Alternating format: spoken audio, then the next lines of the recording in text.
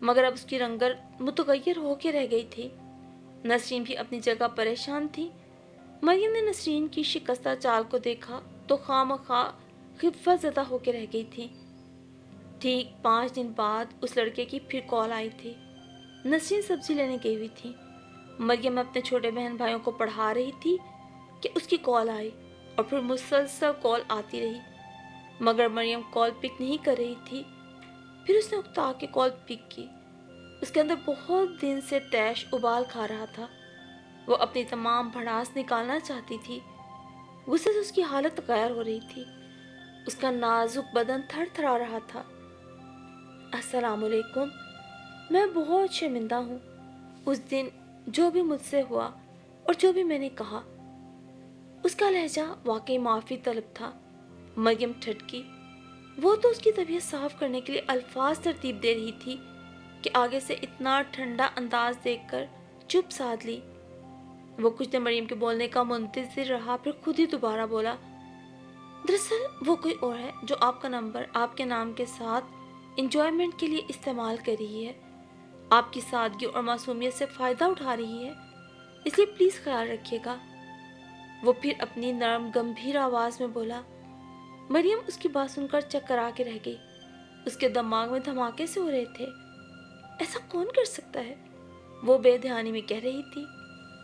بس وہ جو بھی لڑکی تھی، اس نے مجھے یہی بتایا تھا کہ چند روز پہلے ویگن میں اسے میری کوئی فائل پڑی ملی تھی جس پہ میرا نمبر لکھا تھا۔ وہیں اس نے مجھ سے رابطہ کیا تھا اور مجھے مسلسل تنگ کرنے کی کوشش بھی کر رہی تھی۔ میں کچھ بیزار بھی ہو گیا تھا۔ ظاہر دفتری امور اس طرح کے ہوتے ہیں، تو کچھ برا بھلا کہہ گیا۔ برائے مہربانی مجھے معاف کر دیجیے گا۔ ہاں اتنا ضرور ہے، وہ جو کوئی بھی ہے آپ کے بہت قریبی ہے اور آپ کی تفصیلات اور نام استعمال کر کے لڑکوں کو جھانسا دے رہی ہے۔ اس سے زیادہ تو میں بھی نہیں جانتا۔ یہ پتہ کرنا اب آپ کا کام ہے۔ بہرحال میں نے اس کی آواز اور اب آپ کی آواز اور لہجے اور گفتگو سے اندازہ لگا لیا ہے کہ وہ شعلہ ہے تو آپ شبنم، وہ مکار تو آپ معصوم، وہ شاطر ہے اور چال باز ہے تو آپ سادہ۔ مریم نے اکتا کے فون بند کر دیا۔ بہت وقت گزر گیا۔ مریم جان گئی تھی کہ اس کو دھوکہ فریب دینے والی کوئی اور نہیں بلکہ عروج ہے۔ اس کا اعتماد ختم ہو گیا۔ اسے بہت دکھ تھا۔ اس نے اپنی ماں کو بھی بتایا تھا۔ مریم عروج سے لڑنا جھگڑنا چاہتی تھی، اس سے پوچھنا چاہتی تھی کہ آخر اس نے یہ فراڈ، یہ چال بازی کیوں کی، مگر وہ ایک صابر اور اعلیٰ ظرف ماں کی بیٹی تھی۔ اس کی امی نے اسے روک دیا کہ وہ عروج کو کچھ بھی نہ جتائے۔ اس نے ماں کے منع کرنے پر بجھے دل سے ایک جامد چپ سادھ لی۔ اور پھر ابھی BSc کا رزلٹ آئے چند ہی روز گزرے تھے کہ مریم کے لیے ایک عباس نامی انجینئر کا رشتہ آ گیا۔ اس کی امی نے خدا کا شکر ادا کیا۔ مریم کی شادی ہو گئی۔ عباس بہت محبت کرنے والا شوہر تھا۔ گھر میں خوشحالی کا دور دورہ تھا۔ اور پھر گزرنے والا وقت گزرے تمام واقعات پہ گرد ڈالتا گیا۔ مریم اپنی زندگی میں مگن ہو کر سب بھول گئی، مگر اکثر ایک خواہش اسے مضطرب کر دیتی کہ آخر عروج نے مریم کی شخصیت کو داغدار کرنے کی کوشش کیوں کی۔ مریم عباس کے ساتھ اپنی امی کے گھر آئی ہوئی تھی جب ایک روز اچانک عروج مریم سے ملنے چلی آئی۔ عروج کو دیکھ کر مریم بھونچکی رہ گئی۔ سیاہی مائل رنگت، آنکھوں کے گرد ہلکے، اس کی زبوں حالی کا قصہ سنا رہے تھے۔ مریم عروج کو عباس کے پاس بٹھا کر خود چائے کا کہنے چلی گئی۔ جو کسی کے ساتھ برا کرتا ہے نا عروج، اس کا حال تمہارے جیسا ہی ہوتا ہے۔ تم نے مریم کے ساتھ چال چلی اور خود وقتی چال کا نشانہ بن گئی۔ کبھی کسی کے دل میں جگہ نہیں بنا سکتی تم۔ عباس تلخ لہجے میں بولا تو چائے لاتی مریم کے قدم سست پڑ گئے کہ کیا عباس عروج کو جانتے ہیں؟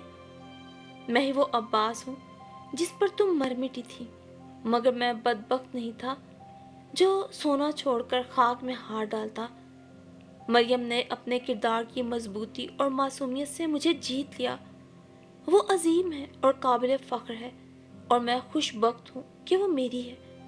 عباس کا محبت سے مخمور لہجہ جہاں عروج کو حیرتوں کے ساتھ ذلت کی دلدل میں دھکیل رہا تھا، وہیں مریم کا سر فخر سے بلند کر رہا تھا۔